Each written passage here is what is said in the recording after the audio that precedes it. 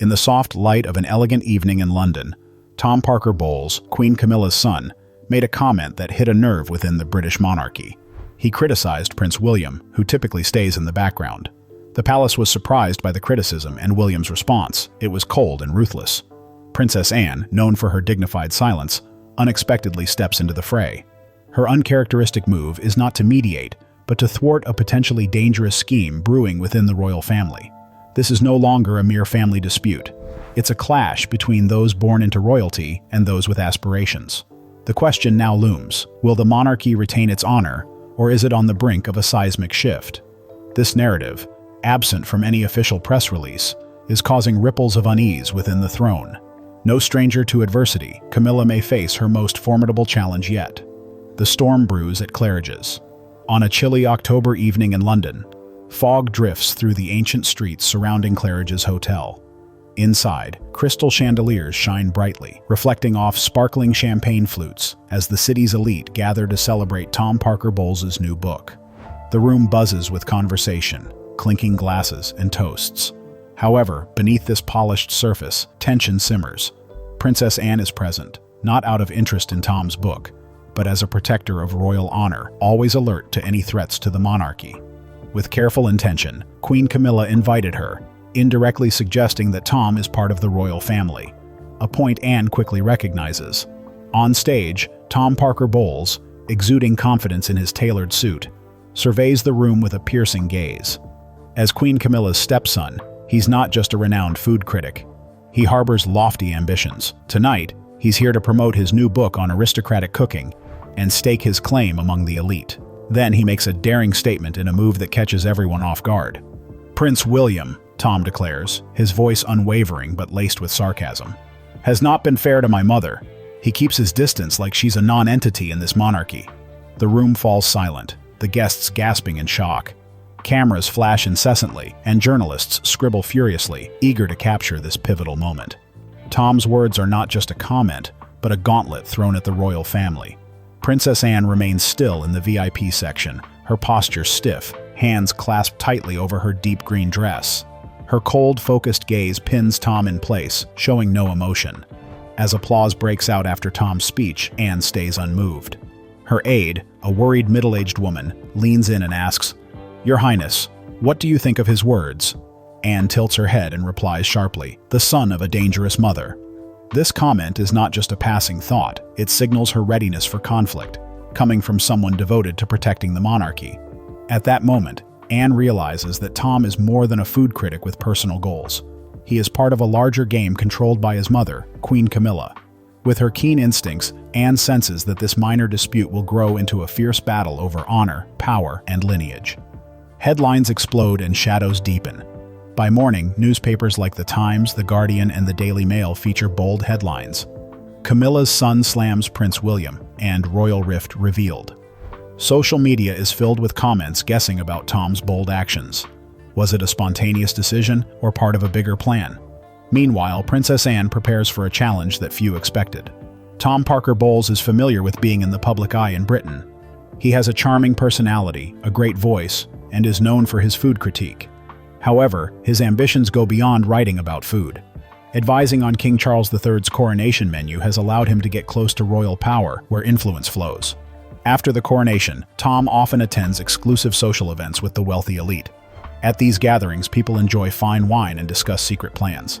He meets royal estate managers, smiles politely with wealthy investors, and casually talks about his dream of owning a historic estate. His words sound romantic but carry a strong ambition.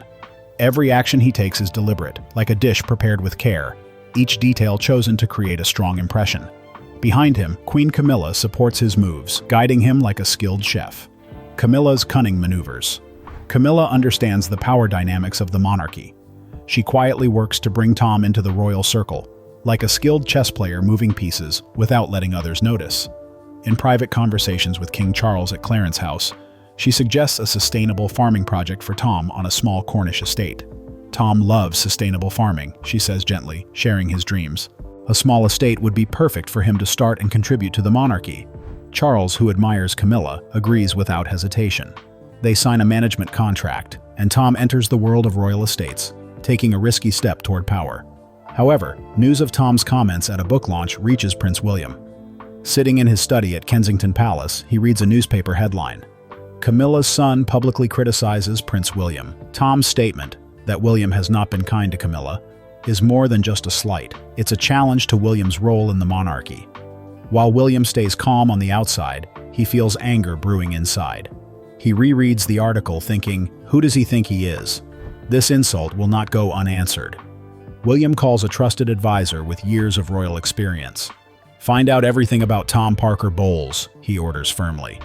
I want to know every deal, every connection, and every step he's taken in this monarchy. He plans to address Tom's outburst, seeing it as a sign of ambition that he must stop before it grows. Anne's direct confrontation. Princess Anne is aware that Tom's recent actions are not a coincidence. She watches Tom and Camilla closely, gathering information from reliable sources. Reports indicate that Tom wants more than just the Cornish estate. He connects with key people in the Duchy of Cornwall, attends private meetings with investors, and suggests plans for other royal properties, including historic estates in Gloucestershire and Scotland. He presents these ideas with passion and a focus on sustainability. However, Anne sees through his intentions. He aims to gain more influence within the monarchy. Anne directly addresses Camilla in a private meeting at Clarence House. The room, filled with portraits and the scent of aged wood, feels tense. The only sound is the crackling fireplace.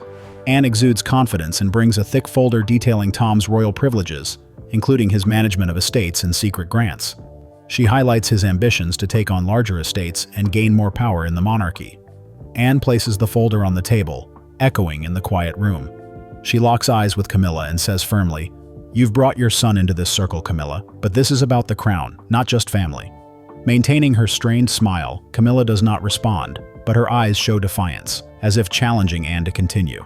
Unbothered, Anne leaves, leaving Camilla with the folder and a question. Will she keep pushing forward? Anne feels a surge of determination. She knows Camilla is tough, and Tom is part of a bigger plan. This fight is about honor, family lines, and protecting the monarchy from outside threats. Anne understands that to win, she needs a strong ally. That ally is Prince William, who is angry about Tom's public challenge but is ready to support Anne. Their upcoming meeting at Sandringham will mark a key moment. A partnership formed to fight quietly against their common adversary. The secret alliance at Sandringham. Sandringham is shrouded in thick fog that winter, its historic walls standing strong against the cold. Princess Anne and Prince William meet secretly, just the two of them, united by their royal ties and facing a looming crisis.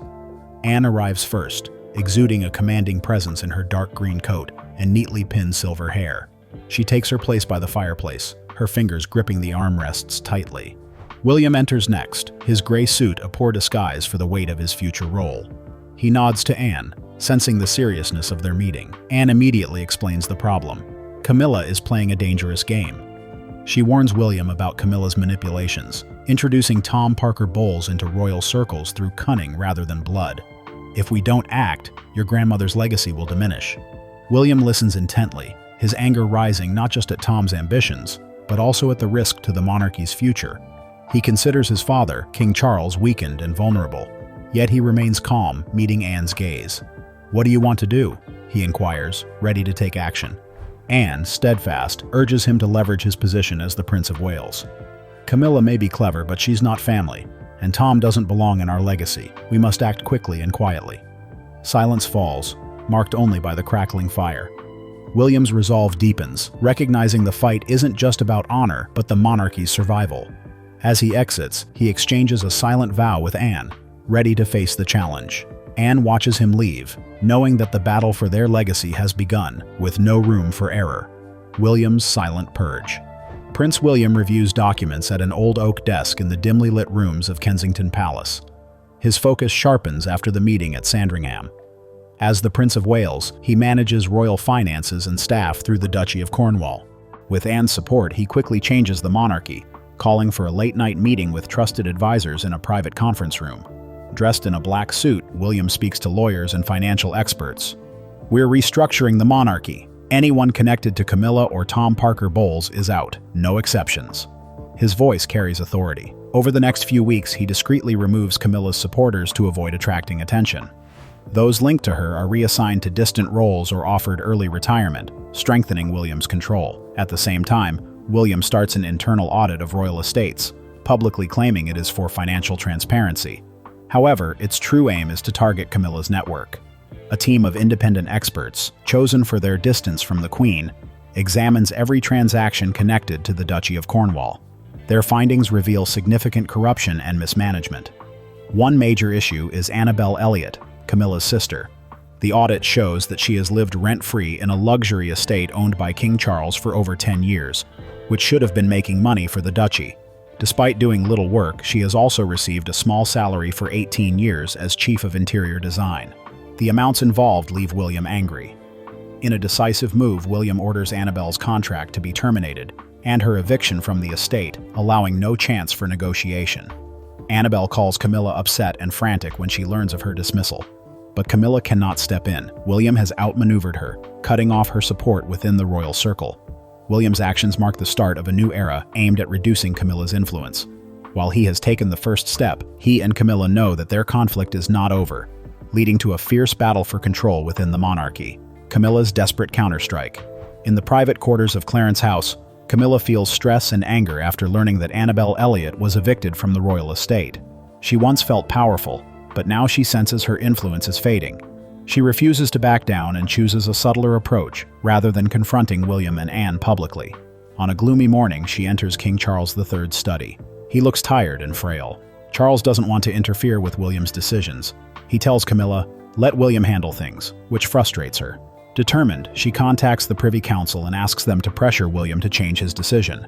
However, Princess Anne has already outsmarted Camilla. She presented evidence of Annabel's financial problems to the council, which prevents any action against William. Meanwhile, Tom Parker Bowles faces a media storm after attacking William. Reports about his past begin to surface, and he loses business opportunities due to the scandal. As Camilla pulls back from public events, saying she has lost her voice, speculation about a crisis in the palace rises. Once a strong figure, she now feels like a shadow, yet her ambition remains, pushing her towards a desperate plan. A new order emerges.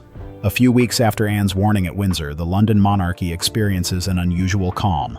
While winter winds blow through the old streets, rumors of a quiet coup circulate within the royal family. The press speculates about Annabel Elliot's departure from the royal estate, and the staff changes around Prince William. Despite the turmoil, information is limited, sparking public interest and online discussions. At the same time, Camilla, who used to play a key role in royal events, withdraws from the public eye, citing health problems. People notice that her influence is fading, leading to rumors among the elite about efforts to remove her. Her rare appearances show her diminishing spirit, increasing speculation. Tom Parker Bowles, who previously challenged William in public, sees his influence decline as he returns to a quieter life as a food critic, with his earlier ambitions now in ruins.